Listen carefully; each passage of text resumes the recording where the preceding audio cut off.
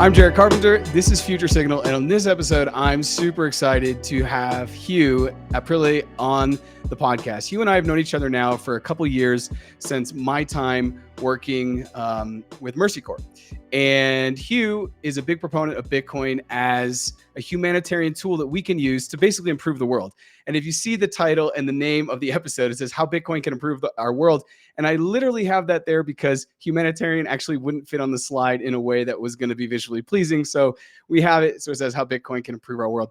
Hugh currently works in the development world, and Hugh also actually lives in Bogota. So we're both in Bogota right now. He just got back from a trip, but it's actually easier for us to connect here. So I'm going to have Hugh up on stage and let's get going.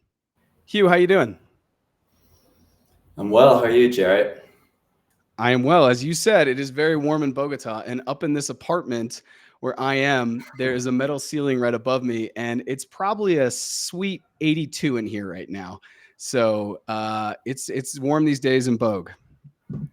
Absolutely. It's this is the nice time of year. It's been pretty sunny all year long, so we'll enjoy it. It's a beautiful city, and even more beautiful on a day like this. So, Jarrett, thanks for inviting me. Absolutely.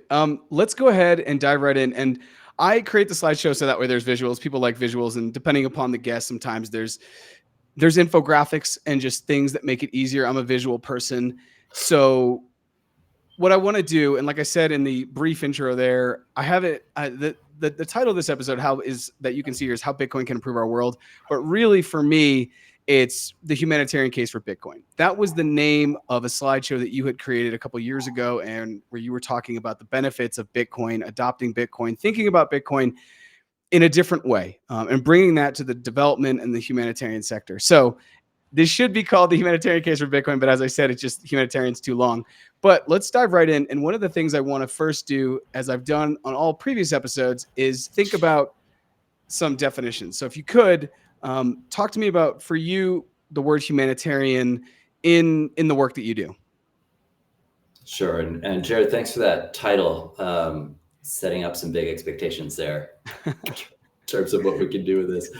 No pressure. But in a sense, I mean, that is, working as a humanitarian or humanitarian initiatives, and what are you doing as a humanitarian to make life better for people who are in more difficult circumstances, right? People who are in extreme poverty, people who've been affected by war, by conflict, by some kind of natural event, hurricane, earthquake.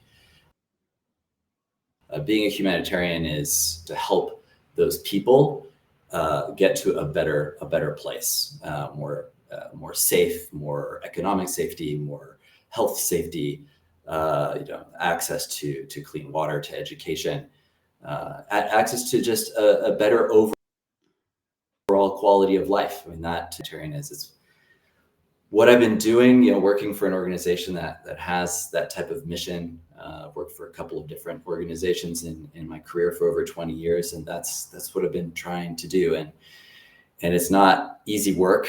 And looking at how Bitcoin fits into this equation. Absolutely. And I think that's a really great breakdown of physical safety, health safety, which ties into obviously physical, and then economic safety. And I think that's something that in all my years of development work, I was in development for about 10 years. And even now today, as I shared with you recently, I'm still working with a nonprofit in Guatemala and going to be doing an impact assessment for them, hopefully this spring, which is really exciting.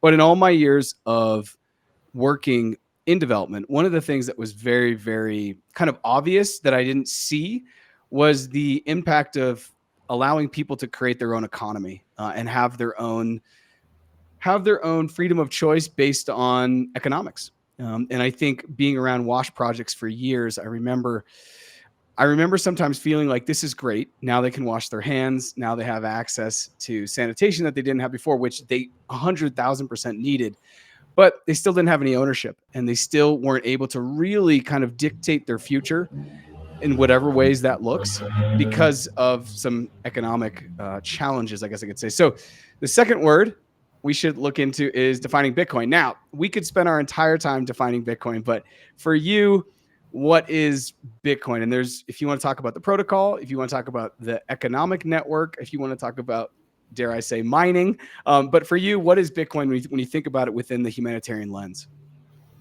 Yeah, I'll let you take on the mining definition for sure. For me, so Bitcoin is it's a digital asset, right? And I think that as as a humanitarian, having worked in Africa and really Latin America most of my career, I think one of the main issues that we find, as you say, financial security is key to everything else, because if you've lost your financial security and your ability to protect and build your assets, it's to move out of poverty, right? And so to me, it's a digital asset. It's digital real estate, if you will. I mean, that's how I look at it. It is, and it's in short supply. I think in terms of the protocol, I think establishing Bitcoin as 21 million, that only 21 million, a fixed supply of this digital unit that will ever exist, means that you're fighting the evil forces of inflation, which, as you know, is one of the main reasons why people find themselves impoverished, because of poor financial monetary systems. For me, the easiest, the way that I like to talk about Bitcoin is as really the first true internet-based digital asset that can be moved very easily from person to person, wallet to wallet, without an intermediary. And we can get into that too. I mean, without banks in the middle, to me, it's a liberating digital asset protocol that, and I'm sure we'll mention Michael Saylor's name a couple times, but as Michael Saylor said the other day in an interview, it's a game that everyone can win. And for me, the issue with, my 20 plus years working with communities that face extreme poverty, they didn't win the lottery, right? These are people who live in these communities. They were born in places where the game is stacked against them. The game is unfair. And anyone can buy Bitcoin. Anybody can be a part of this, unlike other assets in the world. So for me, the most direct definition, the shortest definition, is a digital asset that everybody can own and possess and take advantage of over time. I love that. And I love the way that you talked about digital property. I think that that's super succinct as well. One of the things that, going back to just some of the work, because I spent about 5 years working in Guatemala, across Guatemala, 2 years in Huehuetenango, 2 years in and around the Antigua area, if you know Guatemala, and then a year out in Shela. So I've been, super rural, more urban, and then like peri-urban. And one of the things that's just hyper relevant to me was the economics. Being in Guatemala, I'm going to basically share my background story, and then let's get into your background story. But my background story with Bitcoin is in 2017, I kind of came across it. I had heard about it in 2014 and made jokes about it in grad school. And in the end, the joke was on me. Yeah. And when I came across it in 2017, I was like, holy crap, this thing is going to solve the remittances. I saw it strictly through a remittance lens, having spent so much time in Guatemala, where in Guatemala at that time, and I'm sure it's only grown, 10% of Guatemala's GDP was made up of money that was sent from the north, which to me was like crazy to think about. So I saw it as a way, okay, let's get people away from Western Union. Let's get people away from some of the other more, what's the word? When someone takes advantage, I can't think of the word, but when someone takes advantage of you, these nefarious things like Western Union, they take 10% out of it. So you work hard in the United States doing whatever you do, and you want to send money back to your family in Huehuetenango, and there's this third party that sits in the middle that just takes money from you. There's not a person watching this that enjoys fees. Whenever you're doing anything in the world and there's that little fee that pops up, it just crushes you. I ordered food last night from Rappi, which is like Grubhub down in Colombia. And before you check out, there's like a 15% fee. But I was tired, and I was like, you know what? All right, fine. But you want to limit fees. You want to cut out the middleman. And when I saw Bitcoin, I was like, this is amazing. Because for years, and even probably today, people in many nonprofits who work in Central America who are directors, sometimes it's easier to just get on a plane with $9,990 in a backpack. You don't have to say you have it. As soon as you get there, somebody picks you up at the airport, you're going to be okay.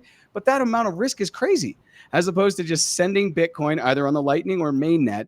So when I learned about Bitcoin, I was like, this makes so much sense. Why isn't every single nonprofit in the world using this to move money from the donor base, normally where it comes into in the US bank, down to a bank, for example, in Guatemala?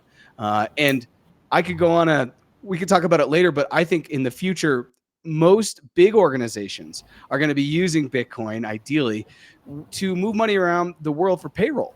Because if you're an organization with $500 million in donations every year and you have to move, I don't know, 300 million of that across the world, you're probably losing $1 million or $2 million just to fees that you don't have to lose. So we can get into that a little more, but that's kind of my background story. I always saw it through a remittance, kind of a humanitarian development lens vis-a-vis Guatemala. And I feel like when you got into it, maybe you had a similar experience based on your professional experience.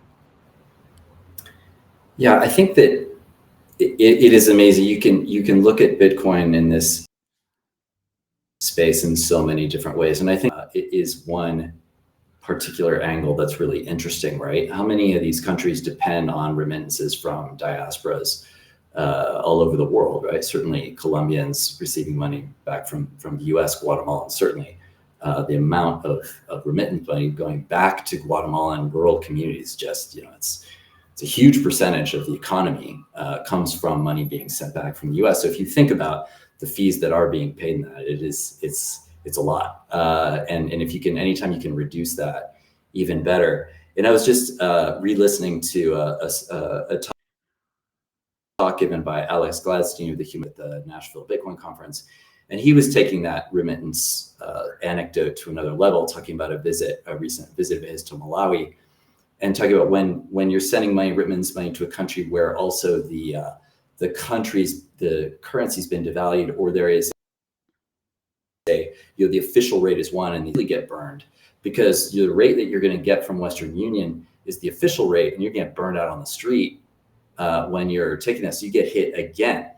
Whereas if you get a Bitcoin transfer to your wallet and you sell Bitcoin peer-to-peer or in whatever way that you can in Malawi, you're going to get the Bitcoin rate that way too. Guatemala has the benefit of having a pretty stable currency, the quetzal. I also lived and worked in Guatemala for many years. But in a country like Guatemala, the issues there are just many of these rural communities, these Mayan indigenous communities in San Marcos and Quiché and these regions within Guatemala, is that they're unbanked, right? There's no place for most women, heads of household. Their husbands have migrated to the U.S. Like they don't have access to banks usually, either because they're too far away or banks just aren't interested. And I think that's something that, micro accounts aren't very interesting to most traditional banks.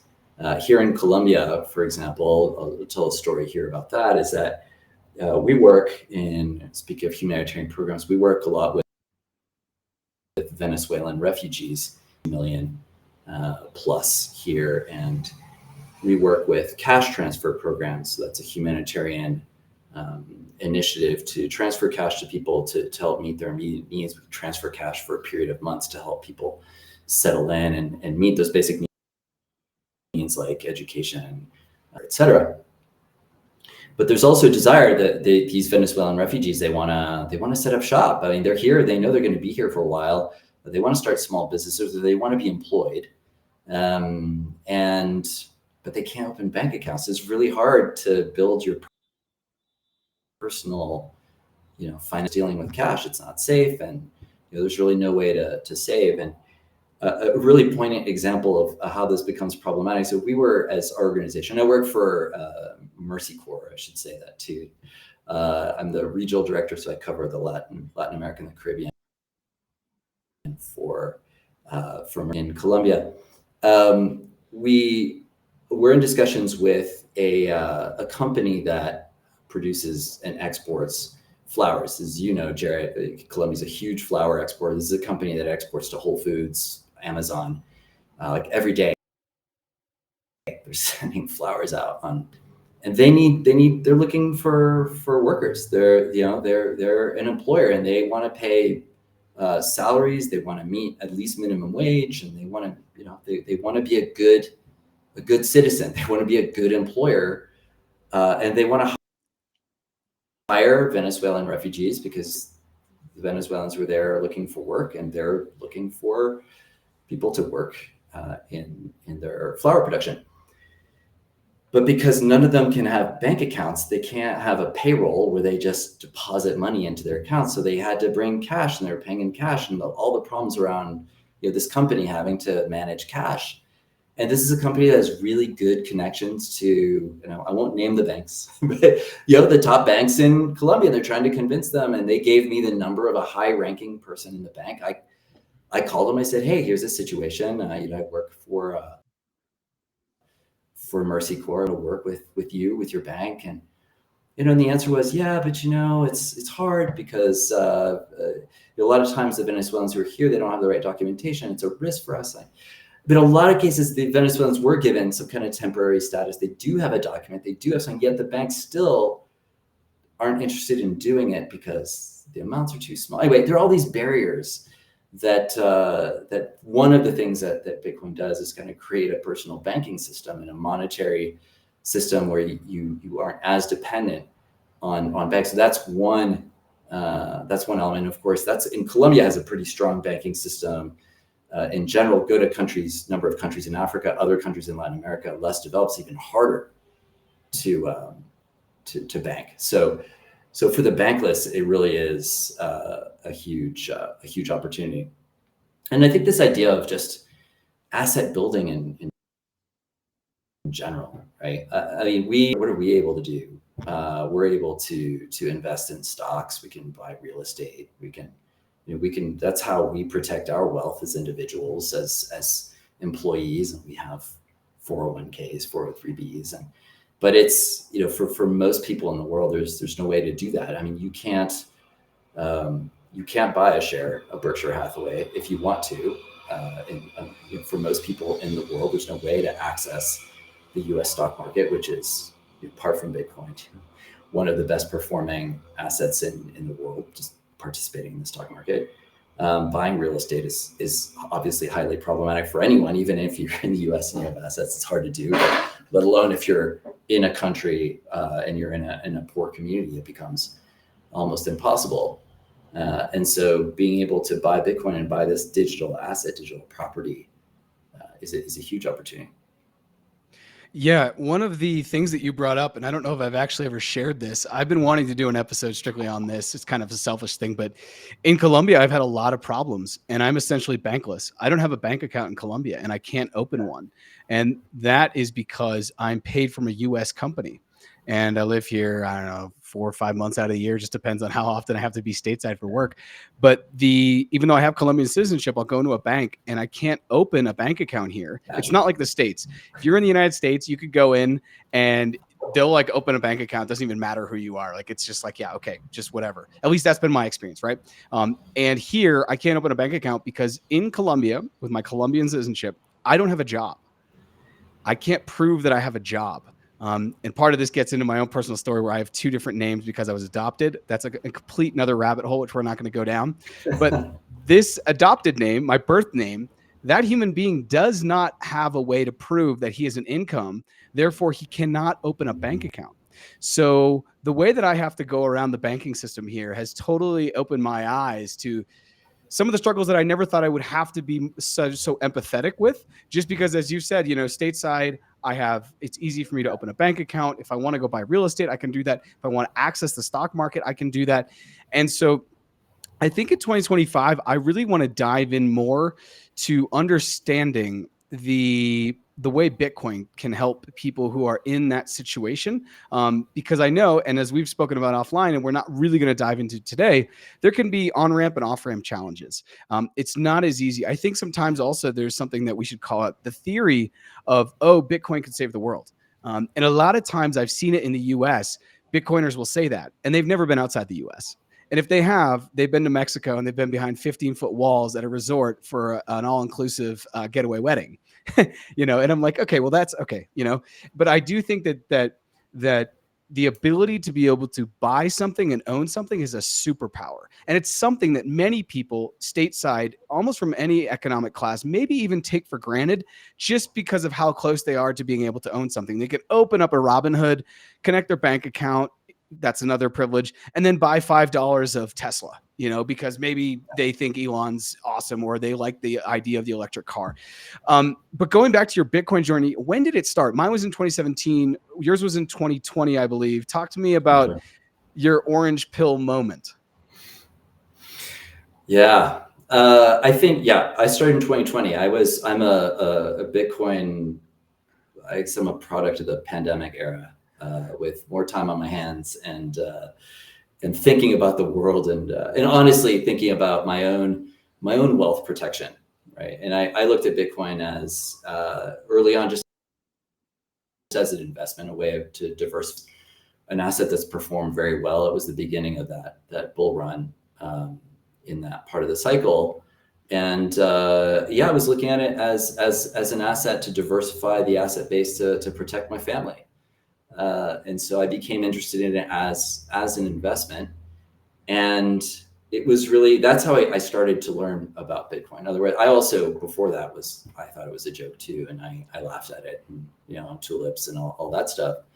But then I started taking a look at it like, wow. And I started listening, and it was through podcasts, listening to really smart people who are much, much smarter than I am, talk about this and as a sort of a monetary system of the future. And started to look at it as for me to start investing it for my family, and started making some small purchases. Then going through the process itself of buying on an exchange, sending it to a wallet, is when you start using it, you start to see the power. And that's when I started thinking, wait a minute, this is not that hard. And if I can do this, and this is an asset, and I'm thinking this is going to grow over time, and this is going to help protect the assets for my financially, why couldn't this be useful for the people that I'm working for in Colombia, in Latin America, around the world?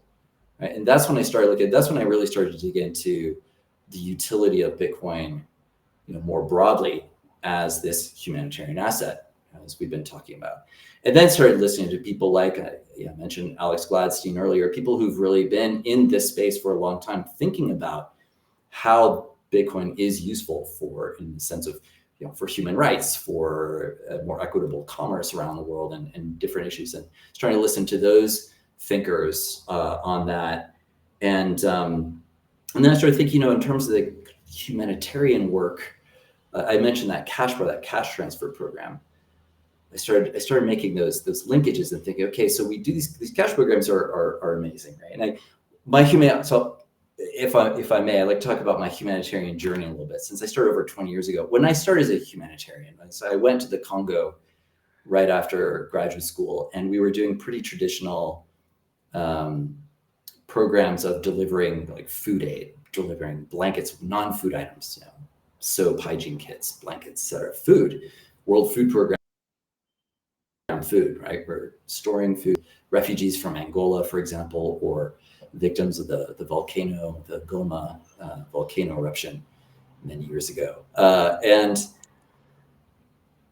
I remember we're starting to talk about, well, instead of bringing food in from Europe and the US to deliver, shouldn't we start, or maybe we should just let people buy what they want? We can't give them cash instead. And at the 20 years ago, the idea of giving people cash to make their own decisions was, nobody thought that was a very good idea. Oh, but what will they do? What if they don't use it the way that they're supposed to? And so the good news is that over 20 years, we've evolved into saying that cash is the best, right now, in terms of the meeting immediate needs. Cash transfer is the cheapest thing that you can transfer. You don't have to do all the logistics of bringing stuff in from one place to another.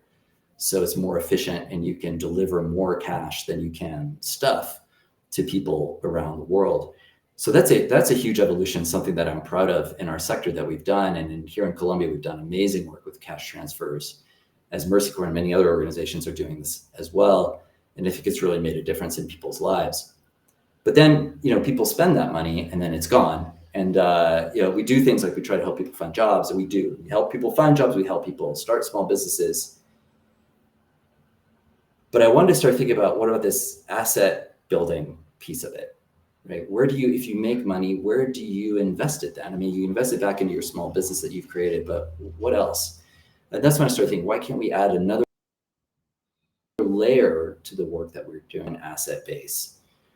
Especially when people are displaced, or who might move to another country later, an asset that can very easily move with them. And in preparing for this conversation, I was looking up examples of this, and I found a CNBC article of a Ukrainian who left with his, I don't know if it was like a ledger, most of his savings with him across the border, and it was fine. He didn't have to take a bag of gold or anything, or cash, or if you think about that, how mobile this is, right? Anywhere in the world, just plug in and access your assets. And so for this asset that not only is it growing and over, is fully, it walks with you, it moves with you. So that's, that's kind of how I've started to put the pieces together, and thinking, well, can't we, create some kind of Bitcoin fund, another layer, which is an asset building layer on top of the needs humanitarian work that we do. Yeah, I was around some conditional cash transfer programs in Guatemala years ago, and thinking about now how Bitcoin could tie into that is fascinating. And I honestly haven't gone through the thought experiment a lot. I still think that for many people, and I think actually El Salvador is a really good example. I think El Salvador provides us a reality check, if you will. Because I think there's the idea that it's being used everywhere there. But all of the stuff that I've seen kind of come out of there, and I know that you have family in El Salvador, is that it's not at the levels that people would think from theory or what they hope it would be. And so one of the things that I'm interested to ask you about is like, what's the adoption timeline? Because you and I obviously both believe that Bitcoin is going to continue to play a role, whether it's in the conditional cash transfer of trying to get someone's, local business up and running, right? For me, I'm saying if a nonprofit doesn't have a treasury in Bitcoin, probably by 2027, I think that they're in serious trouble long term, because I do think that there's going to there's going to be a donor class that's going to look at two nonprofits, and it's going to have a nonprofit A and nonprofit B.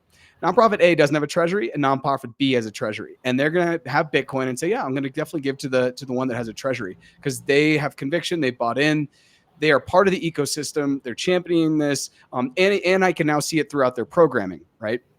So thinking on that, for the, what's your timeline until this is kind of like silly, right? Because you've just gone back and you've said, hey, 20 years ago, we wouldn't give people cash because we thought that was crazy, because we didn't know what they were going to do. Oh, are they going to buy drugs and alcohol? Or are they going to, go buy the food we need for them to buy for their family? And I remember back in 2011, I was near conditional cash transfer program. It was the exact same thing. And what we learned was great. It was like, if you're going to give the 100 or 200 quetzales, right, to the family, you got to give it to the mother, not the father, because his propensity to go drink it away was much higher. Her propensity to not drink it away and pay it back was much higher. So, we started to learn all of these things, but that was 20 years ago. So let's use that timeline. 20 years ago, it was crazy to give people cash from an NGO to a local community in the developing world, we'll say. I wonder, how many years from this point and this conversation do you think it's going to take to people to look back and this and be like, man, we wouldn't just give Bitcoin out on a Lightning network or like through M-Pesa, which is already being done across parts of Africa? What do you think that timeline looks like as adoption grows? And please be as bullish as you want here. Well, if we're going to talk about like adoption in terms of like NGO treasuries and stuff, I feel like this is the right time for me to put in a disclaimer that all thoughts are my own and do not represent them. I love that. Ideas and opinions of my own. I think adoption, we're seeing adoption move pretty quickly, and I think adoption in terms of people around the world adopting Bitcoin, of course, as the price goes up and it attracts attention, and just natural, it'll bring new people in, and especially those who need it the most, right? The people who are in monetary regimes where they're being crushed by inflation or the complete destruction of their currency. I mean, in fact, when you think about all the Venezuelans who are here in Colombia, largely they're here as a result of a country that completely mismanaged. I mean, Venezuela, decades ago was the wealthiest country in Latin America. Now it's one of the poorest, and a lot of that has to do with monetary mismanagement. So that puts you, when you have to, when you don't have the dollar to lean on, you've got to find solutions. So that pushes adoption, getting to know more and more, and there are more people out there educating about Bitcoin, how to use it. So that's on kind of the users, like the people that we work with, adoption. In terms of NGOs adopting Bitcoin, saying, I want to be a Bitcoin NGO, you're starting to see some organizations. I mean, there's Charity Water has really moved quickly, and the Charity Water, the Bitcoin Water Trust that Charity Water has created, which I just looked at recently. I think the trust is now at 106 Bitcoin, worth around 10.6 million. Ideas are still new, and they're still few and far between, right? So we're really far from this sector adopting, kind of looking at Bitcoin. Now, I think a lot of organizations, you look, especially the Ukraine crisis did lead the UN and other organizations to really look at digital transfer solutions, not just Bitcoin. I'd say that's a more broader crypto solution base. And that's, that is exciting to see, because we're starting to see those use cases. We're starting to see large organizations like UN really start to move in this direction and look at this. We have, as you know, a social impact team called Ventures, and they're very involved in a number of different crypto solutions around the world. So you're seeing pockets of it happening now, to the point where it becomes really, like, in looking at Bitcoin in particular, the way that I'm looking at it as this asset building opportunity, I think we're still pretty far. I think there's still a lot of obstacles to that. I think people are still getting their heads around Bitcoin. I mean, I think in this cycle, and I don't know how much we want to talk about defining cycles, but a big difference is it's becoming an asset that Wall Street obviously is wrapping its arms around in a big way. And it's starting to gain legitimacy as pension funds and are buying it. In the US, you have states that are thinking of creating a reserve, even talk about a US reserve. You've got a country that's adopted, El Salvador, one of my home countries where my wife is from, adopting Bitcoin. So we are seeing big changes. But for I think, when will the NGO sector kind of embrace, look at Bitcoin and its Bitcoin solutions, even for itself, as you say, in its own treasuries, to protect itself, ebbs and flows of donor interests, and of the economy in general, and how much people donate to organizations. I think we're still pretty far, and I think the groundbreaking organizations will be the organizations like Charity Water that aren't as big as some of the mega players out there. Again, we mentioned Michael Saylor earlier. I could see smaller NGOs that are more worried about cash flow, that struggle. They don't have the machinery. Last week you had an excellent guest on talking about grant writing. I mean, they don't have the business development, the grant writing machinery that the large organizations do, and it's hard to compete with them. They don't have the brand name of a Save the Children or CARE. And I think these small organizations might be the first ones to say, hey, Bitcoin might be a chance for me to, maybe receive a Bitcoin donation, put it in a treasury, keep it, and have something I can lean on during the lean years, something that, I can draw on to make critical investments in my organization.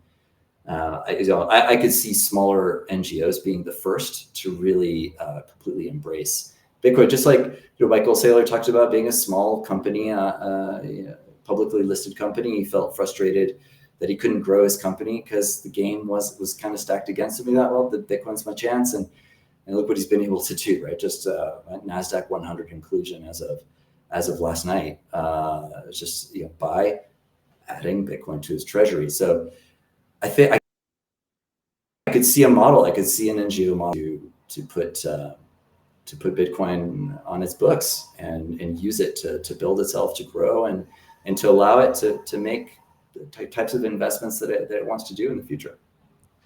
Yeah, I share this with you, and I'm going to share this publicly. I'm not going to drop the name of the organization. If you look at my LinkedIn long enough, you'll figure out exactly who this is, and that's fine too. I'm working with an organization in Guatemala and have been for coming up on 8 years. I've been on their board of advisors, and they're a very small organization relative. Like their operating expenses are, I don't know, maybe a couple 100,000 every year, but they have a huge impact. And they are currently doing a capital campaign where they're trying to get, I'm going to just say 5 million. They're trying to get a couple million in the pot. And the idea is then we can stop this game, because the game that nonprofits play, which I watch all nonprofits play, and they have to play it better than the others, is they have to go out and market, and they have to share their narrative, and they have to get donors to care. They balance this obviously with a lot of USAID funding and some of the grants, as you talked about. We had Deepa on last week, but primarily it's like we need to have people care about what we're doing because we do it really well and we can communicate that. And this nonprofit is kind of just like, look, we spend so much money doing that every year, and it's so much of our energy. And could we, how, they basically asked the question, what would the world look like if we didn't have to do that? How much better could we show up for the beneficiaries and the communities? And once they had decided that that's what they wanted to do, they went out into some of their wealthier donors and they're trying to put this money together. I was speaking with the board of director president about 3 days ago, and he and I both got into crypto back in 2017. Now he's come in and out throughout the cycles, and you mentioned the cycles, and I have a slide I want to share for people who maybe aren't as Bitcoin fluent to talk about the cycles. And he basically said, look, if we hit our capital campaign goal, I'm going to champion, but you're obviously going to have to create the argument. But, I would like to see a percent moved. And I said, even if you put 5%, let's live in the world where they get 5 million. And even if you put 5%, and hopefully my math is okay right now because we're live, but that'd be $250,000. Even if we got $250,000, and I'm going to bring up the cycle of the slide cycle so you guys can see that. I said, even if we invested that in probably the next bear, because I'm still a believer that we're not going to, the cycles still play a part, because at the end of the day, they're kind of propped up by the debt cycle that we're in, which is pushed by the liquidity and the overall global liquidity. Not going to go down that rabbit hole either. But I said, hey, if we put 250,000 of the 5 million in, which is only 5%, I bet you that in 10 years, it will be 50% of the purchasing power or our ability to do stuff will come from that 5% as the dollar potentially declines. Now they're going to take that money and they're going to invest it anyway. So that way they get their 10 or whatever percent. So that way basically they can pay the OPEX, the operating expenses that they'll have. But I said, if you keep that Bitcoin on the balance sheet and we come together with an agreement where you're only going to sell 2.1%. And if you're in Bitcoin, you know why 2.1%. And that's not my idea. That's actually something that Lee Bratcher and the Texas Blockchain Council is trying to do. They're trying to get enough Bitcoin together to basically prop themselves up and then only, take out 2.1% Bitcoin annually. But I actually think it's fiat denominated. So that way it would be less and less Bitcoin, even though it'd be more and more fiat relatively over the lifetime. So that could be, maybe this organization will be the MicroStrategy of nonprofits. And for me, I would be very excited about that, because once we have that in place, we'll be able to go out. I'll be able to go out to my networks, and I'll even be able to tap into maybe your networks and anyone else who's listening who's a Bitcoiner. Because if you know that when you donate money, when you give Bitcoin, that they're going to hold some of it for a long period of time, you're going to be so much more likely to do that, especially depending upon the cycle. And I actually want to bring up this image right now, because I think that this is really important. If you're new to Bitcoin, this is kind of what the cycle looks right? And so right now we are at the end of 2024. And if you see at the top, there's a broken Bitcoin. That's because it's a halving year. Basically, the amount of Bitcoin that is given out as a reward to the miners is cut in half every one of these years. And what normally happens is the supply shock left over from that creates an incredible price appreciation, which leads to the Bitcoin bull market. Now, there's other things, like I said, there's the global liquidity that underpins this. The halving years also just happen to align with presidential election years in the US, which is just kind of the way it happened as this was launched in 2008 and started. So as we go from that 2024 into 2025, there's going to be a lot more of attention from the humanitarian sector, from the development world, into Bitcoin. And I think that's kind of why I really was excited to have you on today to talk about this, because even just in the last month, I've had multiple people from different nonprofits reach out and say, hey, how do I wrap my head around what's about to happen and what is happening? And I think I didn't want you to necessarily speak about the macro and what nonprofits should do, but more speak about the micro. And part of the things that I feel like long-term is there's going to be this groundswell that's going to come from the ground up. And it's as you know, the best nonprofits and you know, the nonprofit you work for, Mercy Corps and Ventures, they're going to listen to the ground, and the ground's going to say, hey, we don't want to get paid, as you've said, in the local currency, because by next week it's down 5%. We want to get paid in Bitcoin, because some local communities, I think, are going to start to adopt a Bitcoin standard where they're not even thinking about the local fiat because it doesn't make sense. But anyways, I wanted to share this because I think it's really, really important for people to see this. Do you have any comments on this before I take it off? Yeah, couple different things. One is that, you know, if when you work for an NGO, a nonprofit, you depend on donations, right? So fundraising is at the heart of everything. You can't get around it. And so I think in terms of just, you know, thinking strategically in terms of your own fundraising base, I think that if you're an organization that shows, yeah, not only will we take your Bitcoin, your Ethereum, you know, your crypto as a donation, then convert it into dollars and spend it, because that's what most NGOs do that at this point, or many do. I think if you're able to show that you go beyond that, I don't just take it, convert it into dollars and spend it. I will take it, I will put it in my treasuries. I will actually become a Bitcoin focused NGO, and actually I consider it an asset that we are building with as an organization by leaving it in our treasury, and we commit to HODLing. You know, we're a HODLer NGO. I think strategically, in terms of how you market that to an increasingly important donor base, which is, you know, Bitcoin and more broad, I think that's I think it's a pretty powerful message to send to the future wealthy of the world, right? And that will make them feel better about donating to your organization. So beyond just accepting, converting it, it's actually holding onto it. I think is a as well in terms of fundraising. Then, just to your point also about just communities wanting to receive Bitcoin too, I will say, and add a caveat there, I think there, you know, I want to address the volatility issue, because obviously Bitcoin does go up and can go down. I tend to believe you too. I don't think the cycles are over. I think we're gonna, you know, I think we'll see something drop after more increase. We'll see what happens. Not financial advice. I have no idea. But I think there's room also. I think what's exciting is actually a combination of a Bitcoin as a long-term asset that you hold, but also stable coins, US dollar stable coins in a wallet as well. I think there's a combination there that to me is really exciting, because most people that we work with are not going to be able to save everything. You know, they need to spend money. And I think there's, you know, using being able to use a dollar stable coin of some kind, or a currency digitalized in some way, combined with Bitcoin as your longer term asset that you want to protect, that you want to grow, to build your wealth as an individual or community.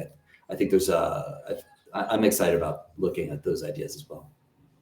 I am a huge proponent of that, actually. And when I talk with people down here in Colombia about wealth building, about different tenets of financial literacy, I constantly touch upon the hybrid theory. That it's not my theory. It's something I heard Lynn Alden talk about. And if you are new to Bitcoin, you need to just search Lynn Alden. She's absolutely fascinating. But she basically said she thinks that that's where the world's going, where there's going to be one digital fiat currency. I obviously think it's going to be the dollar, but people could, you know, maybe it's going to be the Chinese currency. We'll see.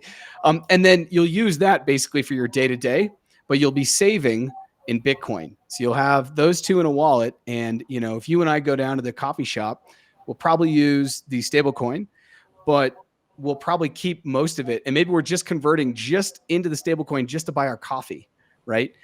Because we want to keep it in Bitcoin. Like, that's actually the thing. And I also think that there's going to be a premium given to Bitcoin eventually, where I've said this for a while, but I think in the United States market, just as an example, if you're going to be buying a house, I think a house will be $1 million, for example, but they'll say, hey, if you're going to pay in Bitcoin, it's only 900 or it's 950. Because then they know that it's just going to be wallet to wallet, and then you sign deed or something like that. Like, I think it's going to be so much quicker. And one of the things I actually wanted to build on that you were saying about the business building, I think that from a development standpoint, As I said earlier, I think one of the most powerful things you can do is help someone probably start their own business and get their own generation of money going, even if it's even if it's a small little thing, but it starts to get the wheels going, right? I think that's super powerful. But I think a conversation that many nonprofits are probably going to start to have with themselves is being honest around the purchasing power, because many people around the world, due to the fact that the currency is devaluing year on year, and Colombia is even an example. And I know this because I pay rent in dollars, and my rent is down 12% in the last 8 months. Sorry. So let's be a nonprofit, and I'm going to help someone in Colombia. All right. I'm going to help Juan create his little business. Yes, Juan is growing his business 5% annually in nominal terms, but in real terms, he may be poorer. That is a quagmire, I think, that nonprofits need to be very, very open to. And to underpin that could be working with Juan to say, hey, every month you're going to take 5 to 10% of your profits, and we're going to help you, because I think a lot of the part, as we've talked about with Bitcoin, one of the biggest hurdles, this is with crypto in general, is that it is hyper accountable. You have to be hyper accountable for yourself. Radical accountability is needed, right? There's no bank, there's no 1-800 number. But if you were to help Juan to say, hey, let me put 5 to 10% of your earnings in every month in this multi-sig wallet that we both have control over, and that you can't take money out unless we're in agreement, and I can't take money out unless we're in agreement. I think longer term, that is going to be a better protection of purchasing power, because that's one of the things that I really worry about long term is, even though, is protecting people by using Bitcoin as digital real estate, like you said. And we know, and this is a conversation that we've had, is wealth is really an opportunity, financial opportunity can really only be created. And I'm sure there's other ways, so I'm not trying to be too hyperbolic here, through ownership. That's really the only way to get there. Now, in the US, it looks like stocks. Maybe it looks like a single family home in a nice place that's going to explode in the pandemic by 50%. It could be maybe not treasuries and bonds. I will totally not say that anymore. But if you don't own something, even if it's $5, I think that it's going to continue to be more and more difficult. And so when I think about small business creation in developing countries, I'm a huge advocate of what you've just said. Probably having 3 currencies: the local currency, probably a US dollar, just because most currencies are pegged to the dollar, and then having Bitcoin. And when they make money at the end of the week, they're going to put 90% of it in dollars and hold it in dollars. And they're going to take 5% of it and put it into Bitcoin, and they're going to keep the other 5%, in whatever. And to build on this even more, there is a local group here in Colombia that is building the CCOP, the crypto Colombian peso. And when I was speaking with one of the creators of this, or one of the proponents, I said, why don't you just get people in dollars? Isn't that like what everyone wants? And she was like, no, a lot of people in the rural areas, they're not even aware maybe that their dollar, that their peso is pegged to the dollar. Yes, in Bogota, people are highly aware of that. But where she is, she's like, no, people just want a digital Colombian peso, which just speaks to the need to be able to kind of transact in these rural areas where banks are just not going to be there. Yeah. You may be 2 hours to a bank. So anyways, I've spoken for a lot. I've said a lot. Go. and it's, the peso's fine as long as you're spending it right away. If you're saving in pesos, yeah, you're in trouble, right? When I got here a few years ago, it was at 3,000 to the dollar. It's now right around 4,400. So 50% devaluation in a short amount of time. And in reality, things are priced in dollars here, right? With everything imported. So so I can understand why in rural communities they want to spend in pesos, what they know. But that's okay as long as you don't want to save in pesos. So saving in dollars or in Bitcoin for even longer term, so you can live through the volatility of it and come on the other, if you hold it for several years and really benefit from the appreciation of its value. I think that's the key. And obviously the other thing that means, as you build up your Bitcoin asset base, something else that's really hard for people is getting loans, right? If you can't even open a bank account, you can't get a loan from a bank, and you want to invest in your business, you want to take a loan out. Well, if you have a Bitcoin base to lean from, and you have those assets, you could take a loan out against that Bitcoin. There are all kinds of ways to do that more and more. That's another advantage of holding Bitcoin as a hard asset that can be used as loan collateral. That's really interesting as well, right? Now, of the price of Bitcoin, you don't want to use, you want to keep your loan to value ratio pretty low, but it's there, right? It exists, and I think that's another piece of this that I think is really exciting, and that's accessing the type of that people, most people around the world don't have access to. With that said, and kind of the diatribe I just went down, and sorry about that, but I'm very passionate about small business. And I think small businesses the world over, not just in Colombia, but in the United States, I think Michael Saylor has laid out the playbook, which is like, you need to have some level of treasury in your business, whether it's nonprofit, for profit, or even government, a public entity that's in Bitcoin. I want to go back to this super quickly, because if you're listening to this and you're a nonprofit and you're like, okay, we've been thinking about, this idea of a Bitcoin treasury we've never considered. Great. I'm glad that, hopefully Hugh, this may be the podcast people listen to and they get orange pilled, right? Or if you've been thinking about a conditional cash transfer program, or maybe a loan program, like you're saying with Bitcoin, keeping the LTV low, or you're thinking about how to help small businesses and in the developing world, and you're like, yeah, what if we took 2% of all their profits and we just put it into a joint account that we watched grow? Now is the time to maybe play around with that. And I say that because I feel very confident that over the next 12 months, Bitcoin price is going to appreciate. And I think one of the things that people are very, very skeptical about, or things that people talk about, is the volatility, right? That is always the thing. Oh, it can't be money because it's too volatile. And I think I'm just going to quote someone here, because I just think he did it best. Anthony Pompliano was asked that, and he was on CNBC or Fox News Business, and they kind of put him against the wall, and they said, but how can this be an investment? It's too volatile. And he basically said, well, in my lifetime over the last 30 years, the dollar has lost 50% of its purchasing power. So are you going to keep it in something you're 100% sure is going to continue to be devalued? Or if you put it in this other thing and you hold it for longer than 4 years, as we say, no one's ever lost money in Bitcoin, you have a much better chance than 100%, at least if the other thing's going to devalue. So this is just my call. I wanted to bring this back up. This is the Bitcoin cycles, and say that as we go from 2024 into 2025, we're stepping into a bull market. And for me, if I'm running an NGO, a nonprofit, whether I'm going to start my treasury, whether I'm going to maybe move some conditional cash transfer and maybe try some Bitcoin, now could be a really great time. Because I think once you get into Bitcoin too, and you see that, like, yes, the price can go up, once you see it, you can't unsee it. And that's why most people who you talk to, whether you're watching and you're in Bitcoin, or someone who's in Bitcoin, ask them what year they got in. Most people got in the class of 2013, 2017, 2021, and 2025. And if I'm not wrong, in 2021, the amount of new wallets that were created on the network was like 40%. So there's about to be 40% more new Bitcoiners coming into the house party that is Bitcoin, right? And they're about to experience this thing. And so I think it's a great moment to kind of say, hey, you know what? We have $1,000 at our nonprofit that we just got from a donor, and it's unrestricted. What if we went on and we bought $1,000, and now we say we have a Bitcoin treasury, and we do an experiment and see what that looks like? These micro experiments, I think, are going to start to, I don't know. This is just kind of like the moment. And you just mentioned cycles. Timing is important. The first time I made a presentation about this idea of the Bitcoin Humanitarian Fund was it was 3 years ago. So it was 2021, and pre-FTX, pre-Sam Bankman-Fried crisis. It had already dropped. I think it had already dropped to, from 50 some to 30. So it was around 30,000. And then, as Bitcoiners know, it went down to 16. And so I went into hiding a bit with this idea because the timing just wasn't right. And people were really down on the industry and all, in general.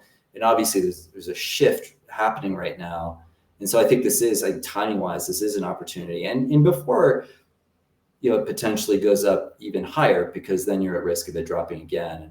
So this is a good moment for people to see what the going up looks like, for sure. But again, in everything that I think it's really important. Anything we say around Bitcoin and wanting people to hold Bitcoin, when we talk about cycles, the key is to get through the cycle. So this isn't a short-term play. Bitcoin is about, as Bitcoiners say, the longer time preference, right? It has to be at least 4 years to hold on. You're right. No one who's held on to Bitcoin for over 4 years has lost money or whatever other currency you want to compare Bitcoin to. So it isn't a short-term play, which is why I'm interested in the dollar aspect, the dollar coin on the side to use as the shorter-term play, which is still more stable than most currencies around the world. But the longer-term play, assets compounding, asset building takes time. So in terms of the longer time preference, holding Bitcoin for at least 4 years so that you can live through the ups and downs of that cycle. Of course, now on the other side, that pitch that I made, or that presentation that I made with Bitcoin at 30,000 looks pretty good right now, right? If we had put $1 million into that, it'd be at over. People would be pretty, if people had received this money, the participants would be feeling pretty good. And if they could take loans out against that, their loan to, the LTV, they'd be able to take out larger loans because their assets held would be worth more. So I feel pretty good about the pitch that I made at this time. Is important. Timing is super important. And I want to bring up this comment by Hey, Mr. Carter. He says, imagine raising the quality of life for dozens of people in poverty just by giving them Bitcoin before a major bull run. I'd argue that there needs to be urgency for Bitcoin giving. Good timing can create more of an impact than just pure volume of donations, which is kind of what we're saying. And one of the things actually I want to bring up on Mike and give you credit for and make sure that this is on wax, because I think that this is probably the next future of giving. I still talk a lot with the Giving Block. I still think that they're the best platform to work with. If you're new as a nonprofit, they're not paying me. This is just a complete shill. Go to, search the Giving Block. But one of the things that you said, and I want to build on this, so I'm going to leave Mr. Carter's comment up here, is you said, yeah, it's really cool that, I have a Bitcoin and I like this nonprofit and I'm going to donate it and give it to the Giving Block. The Giving Block's going to take it. They're going to turn it right into cash and it's going to go right into the programming of this nonprofit I want to support, right? That's kind of where we are today. But you've said something that I want to make sure you get all the credit for, which is that why not, if you're a Bitcoiner, why not give that nonprofit, we'll say Bitcoin's 100, I haven't looked, maybe it's 150,000, right? But why not give that nonprofit 100K and say, here's your Bitcoin. So here's your 100K. But my earmark is that you can turn 90% of it into cash for your programming or whatever, but you keep 10% of it and you have to keep it for 4 years or something, because you and I know that then that may be worth 40 or 50,000, 50% of what your original donation was or something like that. So I do think, and I wanted to just say that out loud, that I think that could be the future where Bitcoiners have fiat. They don't want fiat, but they want to support. And so they're going to keep their Bitcoin, but they're going to say, hey, here's $1 million in fiat, go out and buy Bitcoin. And here's some, can we come together on how much you'll hold? Because that's exciting to me. Yeah, I think that's a possibility. I think it's a new world.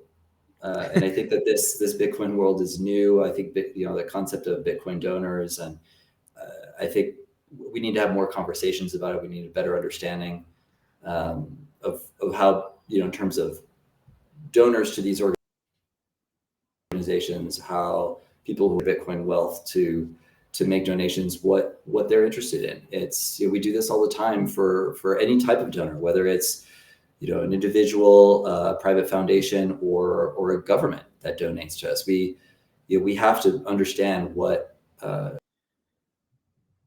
philosophy of the donor they are. And I think NGOs have a real opportunity to meet Bitcoin wealthy where they are and see how they want to donate and to be able to speak their language. I think there's a real opportunity there.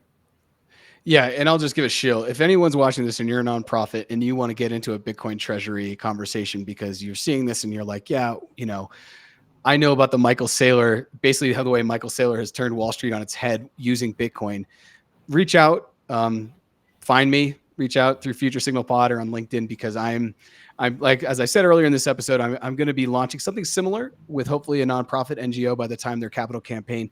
Ideally, it ends by the end of this year, and then it's right in time if the prices go down and we get in at a really good price and we start to build, and that narrative is great. But I want to go into a Q&A moment. We just had Mr. Carter kind of make a comment. So if you're watching and you want to ask you a question, go ahead and put that question in. But while we see if there's other questions from people who are watching, this is the question that came from Deepa. So every week I have the previous, I asked Deepa to ask you a question to keep the chain going. And once we do this, I'll ask you to ask the next guest a question. But Deepa said, what are some of the success stories, projects that you've seen in Bitcoin in development or humanitarian? So yeah, let's dive into that. I mentioned one earlier, Charity Water, that has created this Bitcoin Water Trust, and I believe they started in 2021. So the donations in Bitcoin that they received in 2021 have obviously increased. Now the deal with that trust was that they wouldn't until 2025, thinking along in terms of the cycle that we've been talking about. And so I think they've done well with that in terms of US dollar value of that fund. So I think that was a real groundbreaking initiative to point to. World, you've got organizations like I think it's Gridless is their name, where they're taking Bitcoin mining, and I'll let Jarrett talk Bitcoin mining talk. But taking advantage of decentralized kind of power generation, community-based power generation in Africa, and connecting Bitcoin mining to generating Bitcoin that can then be invested in the communities. There's an example of this that I like to point to in the Virunga National Park in the Congo, where in the park they've built a number of hydroelectric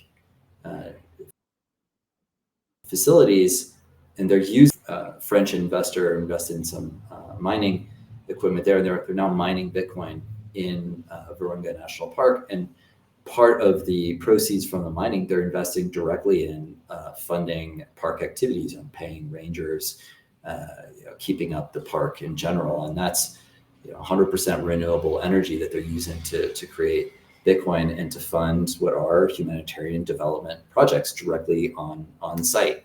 So I think examples like that are really exciting. I mentioned Ukraine, the UN really investing in different ways of transferring funds using Bitcoin and I will say other blockchains as well, to transfer to people on the move. So I think there are a number of success stories out there, but I think we're so far from there's so many more to talk about. And I think in 4 years, I think we're going to have many more to talk about as well.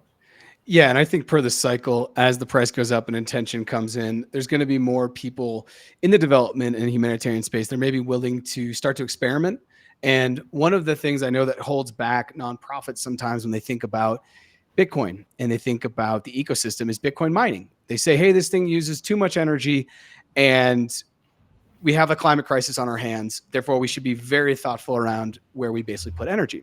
And I think Gridless flips that on its head. And first of all, before I even talk about Gridless, if you look at the public mining companies that are just in the United States, we know that their energy comes from a mix, but 60 to 65% comes from renewables. So as far as a massive industry in the world, it's actually one of the greenest industries for its size. And in many ways, I think people should be emulating what they're doing with renewable energy, because for the first time, we have such an incentive to use renewables when possible, because if you can lower your energy costs, you can massively increase your profit margins. And there's very few industries on the size of Bitcoin mining that actually work that way.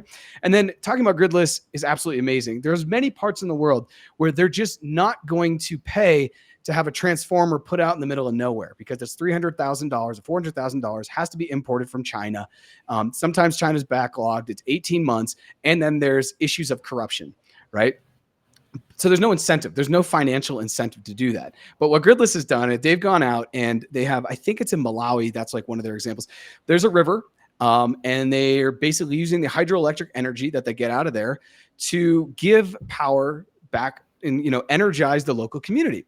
And it's a very, very impressive story that's actually told on a documentary called, well, Gridless has obviously their own stories, but the way I heard through this story was told through a documentary called Dirty Coin, which if you're a nonprofit and you're like, oh, we don't want to get into Bitcoin because we're worried about the environmental concerns because of the energy use, I highly recommend that you watch Dirty Coin. It's only about 70 minutes.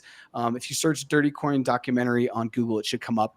But one of the crazy things in that documentary, it shows this community in Malawi where they basically brought in energy infrastructure because they're able to monetize the energy that they have, share energy with people, and all of the excess energy, they get to mine Bitcoin. And that's kind of like the way that collaboration works. In that documentary, and I'm going to spill a little bit, but one of the most powerful scenes is with a woman who's a local, she's a community leader. And the person who's behind the camera who's interviewing her says, hey, do you know what Bitcoin is? She says, I have no idea what that is. All she knows is the benefit that she gets from the thing, the ecosystem, which is energy. And I think Bitcoin is moving closer to that, to where people don't think about what is the thing. They focus on the experience. No one thinks about the tech in this iPhone. They think about what this gives us. And I think in this bull run, we're going to start to get closer to where people are experiencing the benefits as opposed to worried about, oh, how does this work? Because I think a lot of times when people, because it's a new tech, people get so caught up in how does it work? And as someone said the other day, you don't know how the combustion engine works, and that doesn't stop you from taking an Uber, right? So I wanted to call out Goodless there, and then see if we have some other questions. Mr. Carter says, "Ooh, I'll just throw this up here, and I haven't reviewed it, so let's do this." And this is blocking you, Hugh. So give me 1 second. Let me move this around. Mr. Carter says, "New story on El Salvador is a nonprofit that has provided housing to hundreds of families in El Zonte. El Zonte, also known as Bitcoin Beach. Mortgages paid via Bitcoin. Efficient, inclusive, and establishes an on-chain credit score. They're one of the first nonprofits to go through," and then it's got cut off, but I'll read. They're one of the first nonprofits to go through Y Combinator. Absolutely, which is one of the biggest. I think they're out of San Francisco. That's super cool. Mr. Carter, please leave a name, drop a name. If you're watching this on X, put that in the comments, please. I'm sure Hugh and I would love to dive more into that, as Hugh has family in El Salvador. But what I actually, you'll be there next week. Exactly. And I may be there in the new year. What I actually want to do is go and ask you now the next guest question. So next week I'm having on Andy. Andy works in AI, and Andy's been on the previous iteration before I rebranded this to Future Signal. You'll see we're only on, this is episode 4, but previously I did like 100 something, 40 episodes or something for what was called More Than Blockchain. But when Andy would come on, we would talk about AI, and I think he's been on 4 or 5 times, and we just kind of talk about AI from like what the hell's happening? Like, this is ridiculous. And he normally can fill me in on things because I'll hear something and I'm like, oh, can you break this down and explain it to me? Andy and I are probably going to talk a lot about Willow, because the Willow quantum chip is crazy. And I know that that's not directly tied to AI, but as we increase our chip capabilities, it's going to impact both Bitcoin and its overall compute ecosystem, and high power compute in general, which is AI globally. So what would your question be for Andy, so we can pass that on for next week? Well, it's just connecting it back to our conversation. So we'll get out of poverty and live improved lives. So I guess my question, Andy, is in this AI evolution, how do the poorest communities around the world benefit from the latest developments in AI? Lovely. I think that's a great question. And hopefully he doesn't cheat by just saying, well, hopefully they all start applying for grants using Grant or the DEPA technology. That's a great question. Hugh, I want to thank you for taking the time today. This probably won't be the last time. And I think that talking about Bitcoin and how it can benefit people and benefit communities, as you said, only continues to appreciate. You gave that slideshow back when Bitcoin was at 30K. If people had made a treasury, if people had started to, maybe put that into their programming, have that small business, that hypothetical I gave with Juan, and if he was taking 5% of his profits and putting that in Bitcoin month over month, I think Juan would be better off, right? I think the nonprofit that would have adopted the treasury at 30 would be better off. So this probably won't be the last time if you'll come back to Future Signal. So if you're watching this on YouTube, subscribe. Watching this on podcast platform, please subscribe. I'm going to leave Hugh's LinkedIn and his X below if you want to get in touch with him. Make sure you're following us on socials at Future Signal Pod. And as you can see above, futuresignal.xyz is our website. Hugh, thanks again. Thanks for taking the time. Have a great weekend, Jarrett. Thanks again.